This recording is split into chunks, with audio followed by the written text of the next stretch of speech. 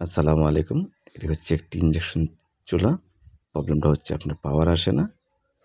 আমরা কারেন্টে লাগায় চেক করছি পাওয়ার নাই, পাওয়ার ডেড। আমরা এখন খুলে নিব। খোলার পরে সার্কিটটা উল্টাবো।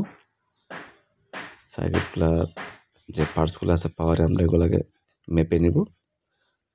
মেপে নেওয়ার পরে দেখি আমাদের কি রেজাল্ট আসে। আমি ওই মেইন পাওয়ার ট্রানজিস্টর ভালো আছে চেক দিয়ে নিচ্ছি। এই জায়গায় একটা ফিউজ আছে। ফিউজটা মিটার ইস্যু করতেছে না।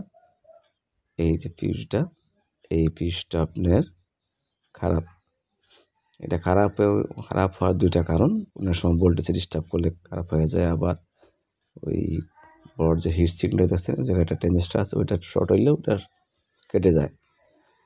তো আমরা এটা লাগাবো। লাগানোর পরে দেখবো যে আমাদের কাজটা হচ্ছে কিনা। হ্যাঁ, এই যে আমাদের কাজ হয়ে গেছে। আপনি যদি আমার চ্যানেল নতুন হয়ে থাকেন সাবস্ক্রাইব করে দেবেন, শেয়ার করে কমেন্ট করবেন। আসসালামু আলাইকুম।